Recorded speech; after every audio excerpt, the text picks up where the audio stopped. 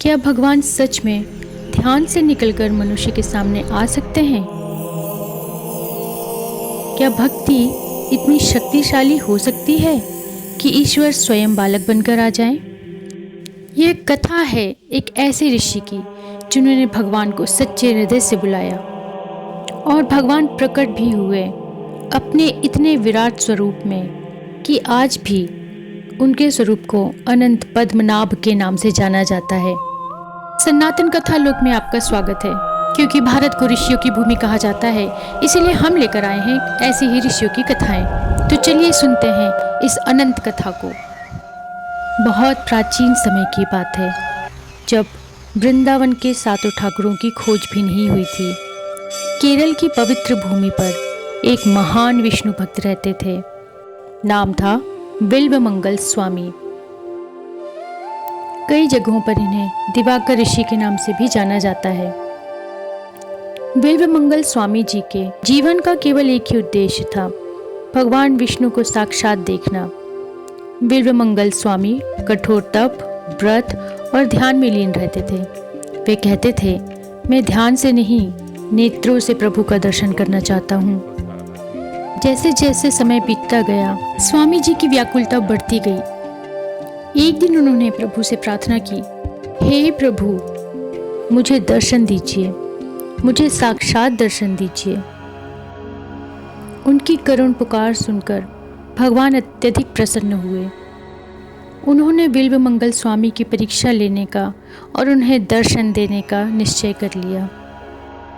और एक दिन स्वामी जी के आश्रम में आया एक चंचल बालक, नंगे पैर, चमकती आंखें।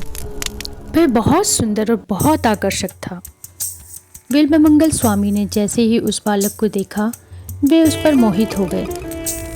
उन्होंने उस बालक से उसके माता पिता के बारे में पूछा।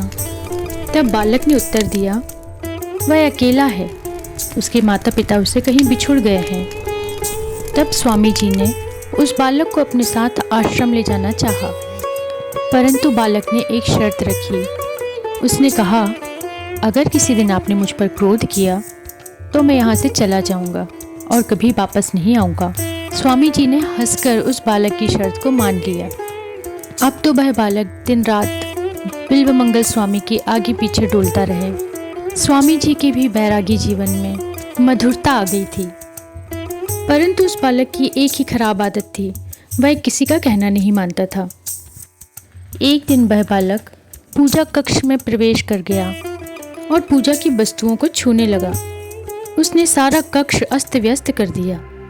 वह बालक ध्यान में मग्न स्वामी जी के कभी केश खींचता, कभी उन्हें गुदगुदी करता।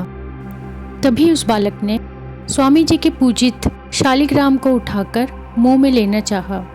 यह देखकर ही बिल्वमंगल स्वामी क्रोध से भर उठे। क्रोधित स्वर में उन्होंने उस बालक से कहा, चले जाओ यहाँ से, अब कभी मत आना। बालक मुस्कुराया और बोला, यदि मुझे फिर देखना चाहते हो तो अनंत काडू के वन में आ जाना। इतना कहकर वह बालक वहां से अदृश्य हो गया। तभी बिल्वमंगल स्वामी को अपनी भूल का ज्ञान हुआ। वे रोते हुए प्रभु का नाम जपते हुए व्याकुल होकर भागने लगे, दौड़ने लगे। रास्ते में जो भी मिलता उससे यही पूछते कि अनंत काडू वन कहाँ है।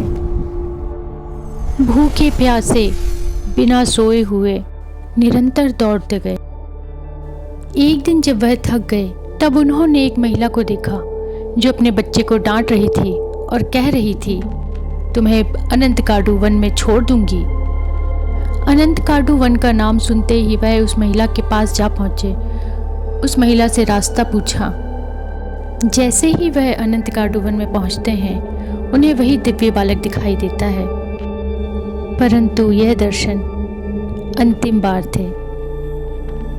स्वामी जी को देख के ही वह बालक एक वृक्ष की तरफ मुड़ गया और अचानक ही सारा वन कांप उठा।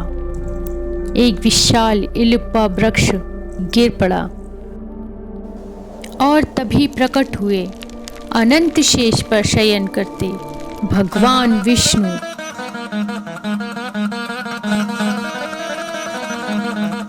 आज बिल्वमंगल स्वामी भय और भक्ति से कांप रहे थे।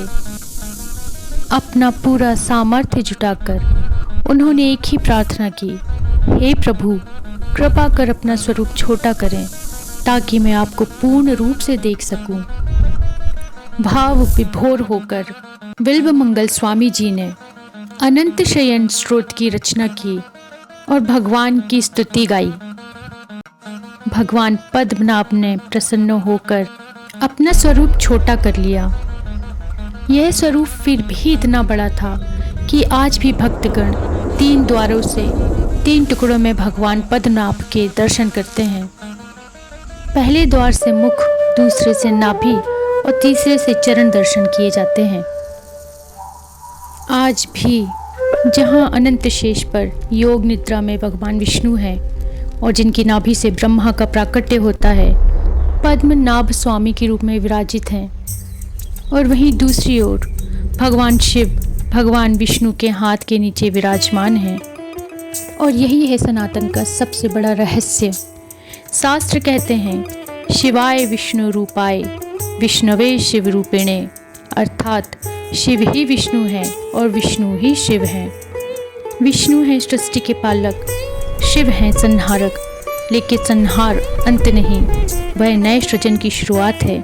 इसलिए शिवलिंग विष्णु भगवान के आधार में है।